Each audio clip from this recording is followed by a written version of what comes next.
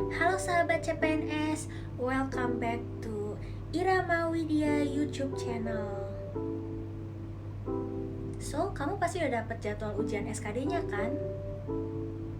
Supaya sahabat CPNS persiapannya lebih mantap lagi, yuk simak video penjelasan soal-soal SKD di channel Irama Widya. So, don't forget to subscribe, like, comment, and then hit notification bell supaya kamu gak ketinggalan video-video berikutnya. And don't forget to share this video, okay? Halo sahabat CPNS, salam sehat semuanya. Video ini adalah lanjutan dari video pembahasan TU sebelumnya. Link bagian sebelumnya silahkan cek di deskripsi. Kita lanjutkan ke soal nomor 6. Suatu bilangan terdiri atas 4 angka berbeda. Jumlah keempat angka adalah 12. Angka pertama ditambah angka ketiga sama dengan angka keempat dikurangi angka kedua. Angka ketiga sama dengan selisih angka kedua dan pertama. Angka keempat dibagi angka kedua sama dengan angka ketiga dibagi angka pertama. Bilangan tersebut adalah, ini soalnya lumayan panjang ya, dan berarti butuh waktu lama untuk membaca dan memahaminya. Caranya, seperti dalam video sebelumnya, kita cukup baca kalimat per kalimat dan langsung kita ilustrasikan atau kita bayangkan. Kita baca kalimat pertama, suatu bilangan terdiri atas 4 angka berbeda. Langsung kita misalkan, kalau angka 4 angka berbeda, berarti kita misalkan saja bilangannya itu adalah A, B, C, D, karena berbeda ya. Jumlah keempat angka adalah 12, artinya kalau A ditambah B ditambah C ditambah D sama dengan 12. Nah, dari sini sebenarnya kita bisa langsung mengecek pilihan jawaban. Kenapa? Karena kalimat kedua ini memberitahu kita kalau bilangan-bilangan ini dijumlahkan hasilnya 12. Kita cek apakah ada 1, 2, atau 3 yang 12 atau bahkan cuma satu jawaban yang 12. Kita cek yang A. 1 ditambah 2 ditambah 3 ditambah 4. 1 ditambah 2, 3. 3 tambah 3, 6. 6 tambah 4, 10. Jadi ini tidak memenuhi syarat yang disebutkan di kalimat kedua.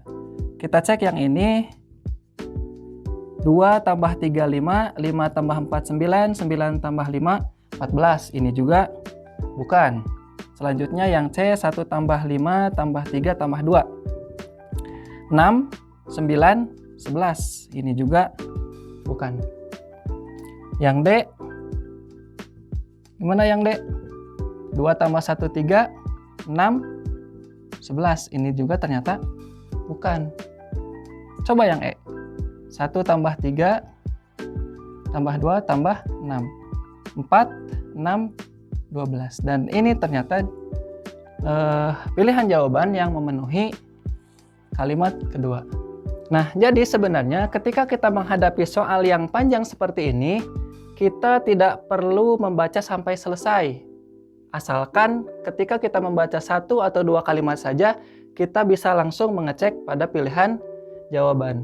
Nah, kalau sahabat-sahabat CPNS belum terfikir untuk mengecek jawaban setelah membaca kalimat kedua, kita bisa langsung, misal kita simulasikan ya. Sekarang kita baca kalimat ketiga. Kalimat ketiga adalah angka pertama ditambah angka ketiga sama dengan angka keempat dikurangi angka kedua. Artinya, kalau kita punya angka pertamanya itu A, ditambah dengan angka ketiganya itu C, itu akan sama dengan angka keempatnya itu D dikurangi angka kedua itu B. Nah, dari dua persamaan ini kita bisa dapatkan, coba ya, kita bisa dapatkan apa nih? Jadi A tambah C, jadi kita punya si A tambah C, ini A-nya, ini C-nya, ternyata sama dengan D kurang B. Jadi kita tulis saja di sini D dikurangi B, itu pengganti A tambah C.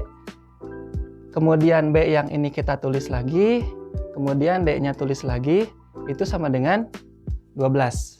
Gitu ya. Nah, ini B, ini minus B, jadi mereka saling menghilangkan. Sehingga dapatlah D tambah D atau 2D sama dengan 12. Dapat D-nya sama dengan 6. Nah, artinya kita dapat digit terakhir itu adalah angka 6. Cek di pilihan jawaban, ternyata digit terakhir yang angka 6 itu cuma dimiliki oleh yang E. Jadi jawabannya memang E. Gitu ya. Oke, lanjut nomor 7 ya. Dalam suatu pertemuan resmi, peserta sebanyak 10 orang akan menduduki satu meja yang melingkar. Oke, kita tandai dulu ini ya. Berapa macam susunan yang berbeda berdasarkan tempat duduk mereka. Nah, kalau kita cermati soal ini, kita bisa kerjakan dengan permutasi siklik. Karena ada dua kata kunci ini ya. Dengan ini tuh N-nya atau jumlah unsurnya. Kita tahu bahwa permutasi siklik atau P siklik itu sama dengan N dikurangi 1 faktorial ya. Dengan N-nya adalah 10, ini N-nya. Sehingga ini kita bisa peroleh 10 dikurangi 1 faktorial atau 9 faktorial. Yang berarti ini adalah 9 kali 8 kali 7 kali 6 kali 5 kali 4 kali 3 kali 2 kali 1. Ini makna 9 faktorial. Nah, dalam soal ini paling strategi kita adalah mencoba memanipulasi perhitungan ini sehingga kita tidak perlu memperoleh jawaban secara terperinci. Caranya adalah kita kelompokkan bilangan yang mudah kita kalikan. Misal 9 kali 8 dulu, yaitu kita peroleh 72. Kemudian dikali 7 kali 6 kita peroleh 42. Kemudian ini 5 kali 2 misalnya kita peroleh 10. Ini 4 kali 3 12. Atau biar enakan gini nulisnya. Jadi kita kalikan dulu 4 kali 3 12. Kemudian 5 kali 2 10 kali 1 tetap 10. Jadi setelah kita urai seperti ini, kita jadi mudah menerka-nerka atau bahkan mengetahui jawaban mana yang benar. Lanjut, caranya adalah kita cukup kalikan digit-digit terakhir. Jadi kita kalikan 2 dikalikan dengan 2 dikalikan dengan 2. Jadi 2 dikali 2 dikali 2, oh nanti berarti si digitnya itu mengandung angka 8 hasil perkalian 3 bilangan ini. Karena nanti hasilnya itu akan dikalikan dengan 10, berarti bilangan hasil perkalian dari ini 2 digit terakhirnya itu adalah 80.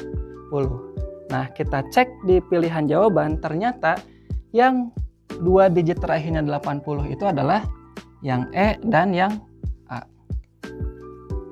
Tapi mana pilihan jawaban yang benar? Kita cek saja. Sebenarnya dari dua bilangan ini kita sebenarnya udah bisa langsung mengira sih harusnya jawabannya yang E. Karena yang A itu terlalu kecil. Kenapa?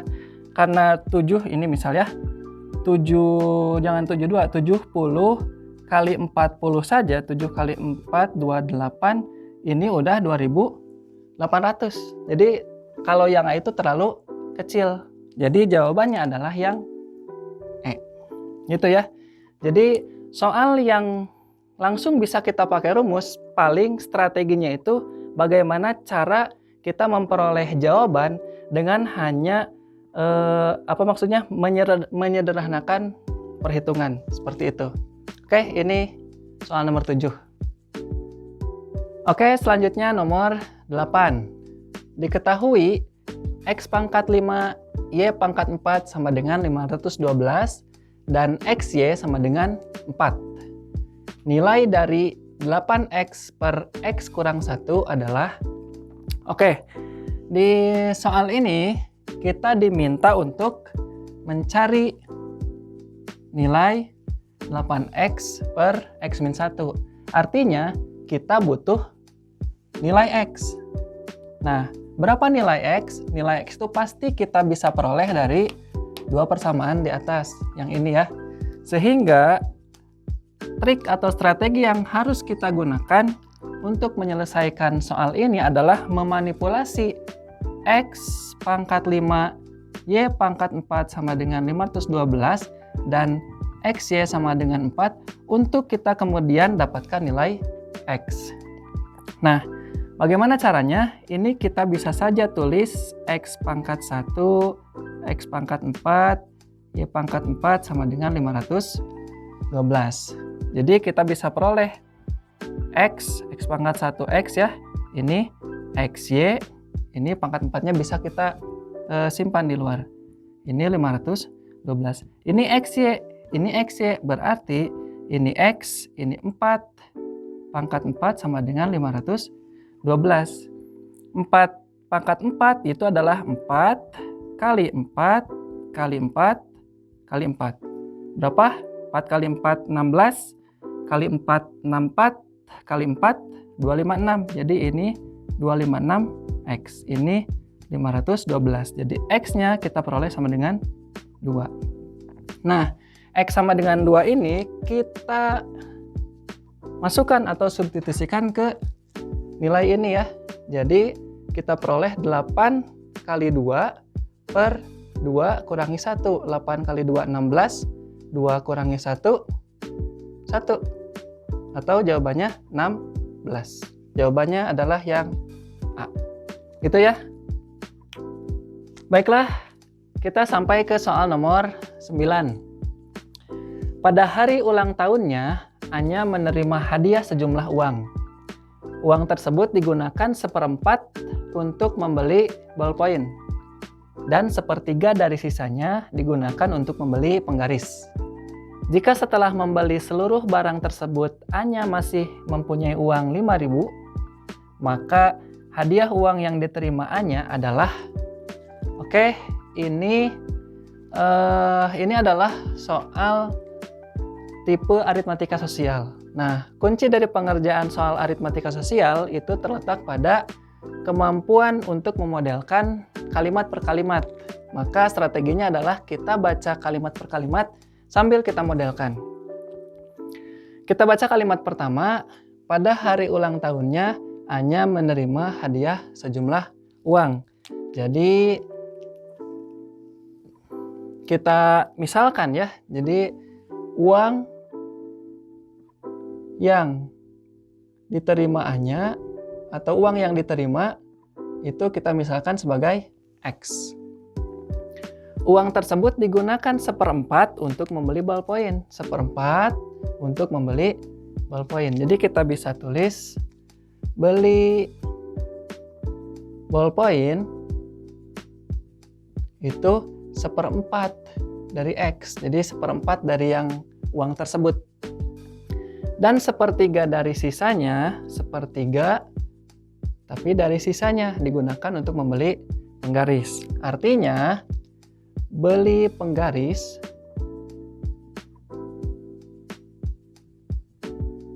itu adalah 1/3 dari sisanya. Artinya sisanya itu adalah uang yang diterima terus dipakai beli ballpoint. X dikurangi 1/4 X. Nah, lanjut. Jika setelah membeli seluruh barang tersebut Anya masih mempunyai uang 5.000 rupiah, jadi masih mempunyai uang, artinya sisa ya. Anya memiliki sisa uang. Sisanya itu 5.000. Maka hadiah uang yang diterima Anya, hadiah uang yang diterima itu berarti X tadi. Jadi artinya X-nya tuh berapa? Gitu ya. Nah, setelah kita selesai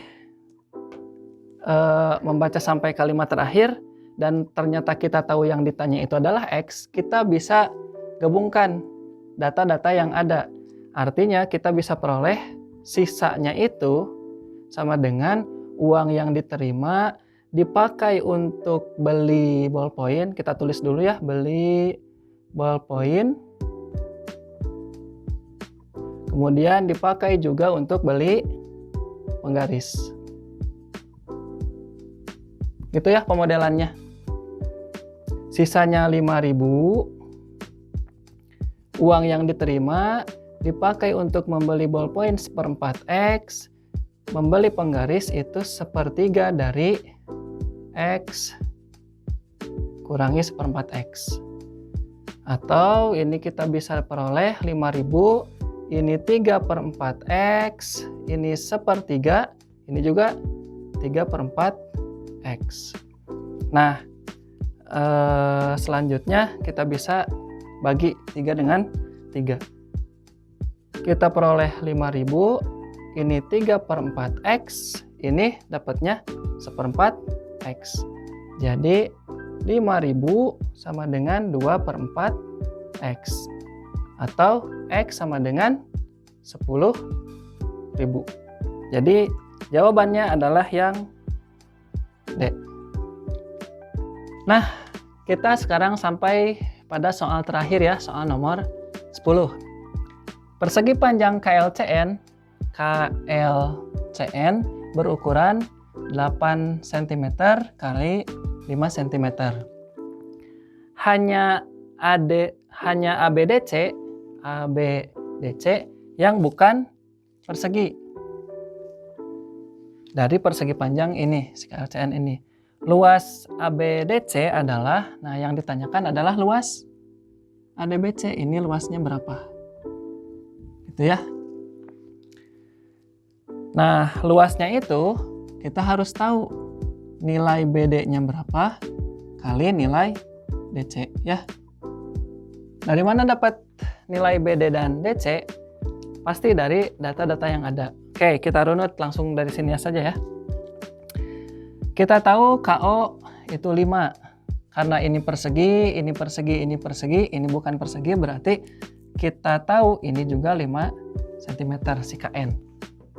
Kemudian SO juga 5 cm karena sama ya. Ini juga LC atau CL juga 5 cm. Karena kita udah tahu ini 3 cm, maka kita peroleh CD itu 2 cm. Jadi kita dapat nilai CD atau DC itu adalah 2 cm. Nah, sekarang kita fokus mencari nilai BD. Karena KL itu 8, ini ya 8, maka OL karena si KO-nya 5, OL-nya 3 cm. Karena OL 3, RD juga 3. Jadi segini nih. Ini juga 3 cm. Karena CD itu 2, AB juga 2, SR juga 2. Ini 2 cm. Karena ini 3, ini pasti 2 ya, karena persegi juga. Karena ini 3, ini 2, berarti AC atau BD yang kita akan carikan BD ya, ini 1 cm. Sehingga nilai BD adalah 1 cm. Jadi kita peroleh luasnya adalah 2 cm persegi. Jadi jawabannya adalah yang A ya. Oke. Baiklah, itu tadi pembahasan soal TU dari saya. Bagaimana? Sudah semakin siap kan? Soal-soal yang tadi dibahas, saya ambil dari buku Strategi Simpel Lulus Tes SKD CPNS dan Strategi Fokus Lulus Tes SKD CPNS. Nah, buku-buku ini bisa sahabat CPNS dapatkan di Gramedia terdekat di kota Anda atau di marketplace official kami. Linknya ada di deskripsi. Terima kasih, sekian dan sampai jumpa. Wah, ternyata semudah itu ya mengerjakan soal-soal SKD-nya. Semakin yakin aja nih sahabat CPNS untuk lulus tes SKD-nya. Yuk manfaatin waktu yang masih ada sebelum hari H dengan mempelajari tipe-tipe soal SKD, ditemani dengan tentor-tentor dan juga penulis buku tes SKD CPNS. So, don't forget to subscribe, like, comment, and then hit notification bell supaya sahabat CPNS tidak ketinggalan video-video berikutnya. Dan juga share video ini ke sahabat-sahabat CPNS lainnya ya. Semangat berjuang di tes SKD-nya sahabat CPNS. Dan juga jangan lupa untuk sertakan doa di setiap aktivitas. Semoga sukses. Bye-bye.